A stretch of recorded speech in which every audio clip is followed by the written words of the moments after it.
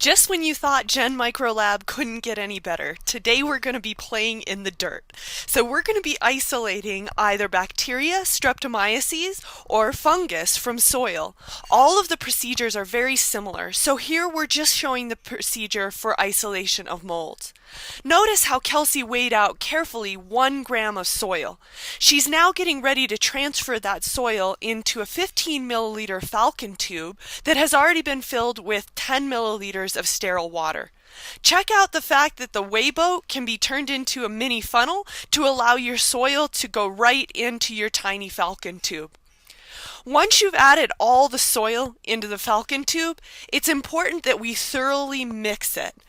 We're going to get to use a fun new toy today, and it's called a vortex mixer. Mixers are wicked cool. They allow us to mix at high speeds, and this is super important when you're trying to isolate bacteria, streptomyces, or molds from soil. A lot of these microorganisms are going to be adhered to the inorganic particulate matter within the soil sample.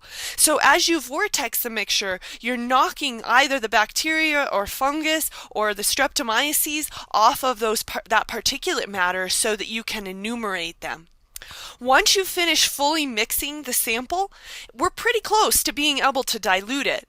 However, don't forget that your sterile water blanks are rarely right at the 99 milliliter mark. Thus, your first step is going to have to be to flame the lips of those bottles, right? When in doubt, flame it out. Don't forget the tips and lips. And now take that bottle over to the sink, and you're going to want to pour to the 99 ml water mark. So just make sure that you bring that water to that white line that indicates 99 milliliters. Make sure that it's at the right volume, and then repeat this for each of the other 2 bottles, and make sure that all of them are right at that appropriate mark. Now we're ready to dilute. So go ahead and grab your first pipette, and for our mold dilution scheme, we'll be taking 5 milliliters out of the first Falcon tube and placing it into the first bottle of sterile distilled water. So in this dilution, proceed as you've done with your other dilutions, simply taking from the first Falcon tube and making sure that all of your transfers are sterile. Of course, remember that the Falcon tube is plastic, so don't get carried away with your flaming of the Falcon tube, or you'll have a little bit of melted plastic and dirty water on your hands. So Kelsey's doing a good job of measuring out that volume that she needs to transfer to the first sterile distilled water blank. So once she does transfer to that water blank, of course mixing will again become an issue. Watch though how Kelsey makes this transfer a sterile transfer. She's going to flame the lip of the bottle before she puts this aliquot into this bottle and dilutes down the mixture. In this case, we're interested in diluting down the molds. So when in doubt, flame it out. She's going to get the lip of the bottle again, and she's going to go on with all of her dilutions.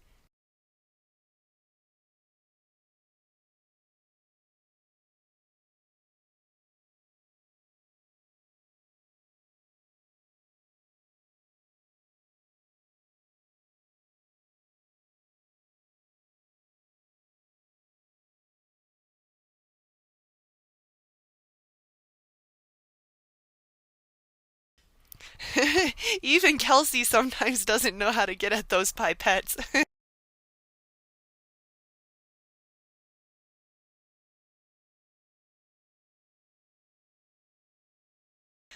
Notice how she mixed the water blank after transferring the first aliquot, and that's something that she'll continue to do. Remember that improper mixing can lead to improper dilution. If you don't have the right mixing, obviously the concentration in the bottle can be affected. Here now she's going to go ahead and take that 11 ml transfer from the second bottle, or from the first bottle, and into the second bottle. So further diluting that soil sample so that we can get a whole subset of different dilutions that we're going to test today. So here she's aliquoting her 11 mils, transferring that to the second bottle.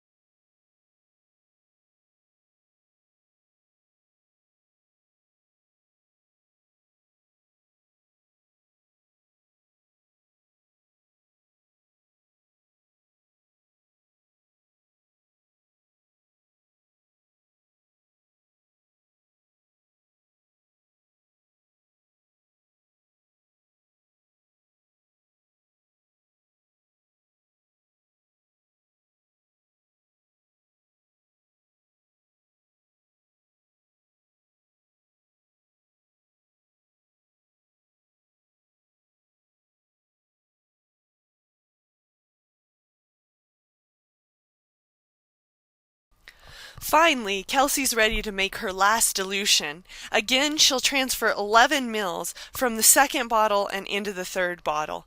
This will be her final dilution, and at that point, she'll be ready to plate.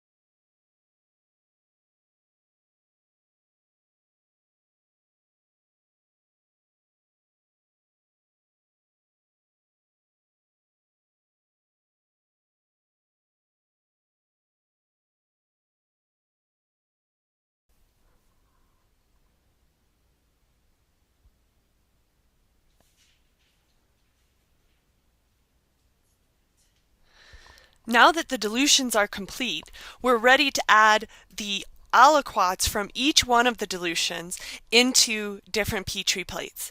So at this point, we'll go ahead and label up several different Petri plates, in fact 4 of them, so that we can do one from each one of the dilutions. So notice how Kelsey's going ahead and getting that full labeling with her section number and name and all of the important dates and things that she needs in order to identify her samples later. So from here, she's going to aliquot a single milliliter from each one of the soil dilutions. That is to say, she'll also include the initial soil water mixture. So she'll have 4 plates, three of them dilutions, and 1 of them the initial soil water mixture. So at this point, that's what she's going to do.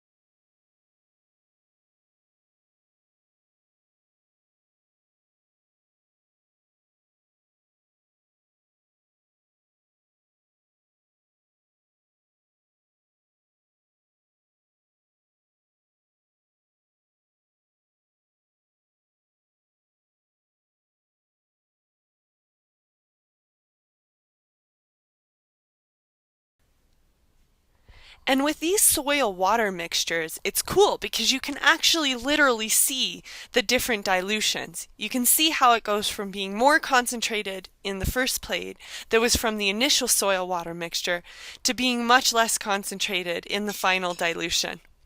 At this point, we're ready to add the Martin's molten agar.